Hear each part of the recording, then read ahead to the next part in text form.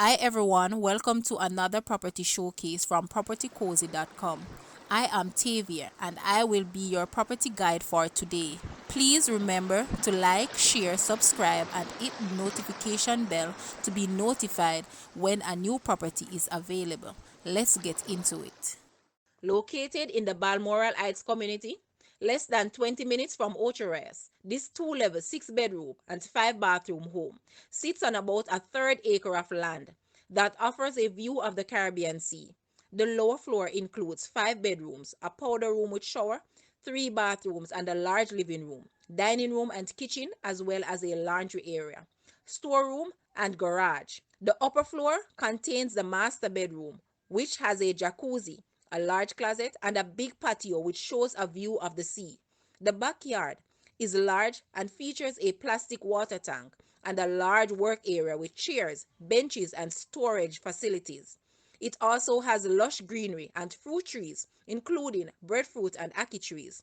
Pampano Business Complex is within close proximity, along with white sand and beaches and other attractions. The land area of this house is 13,600 square feet. Guys, let's take a look at this house and please watch the entire video for more details at the end.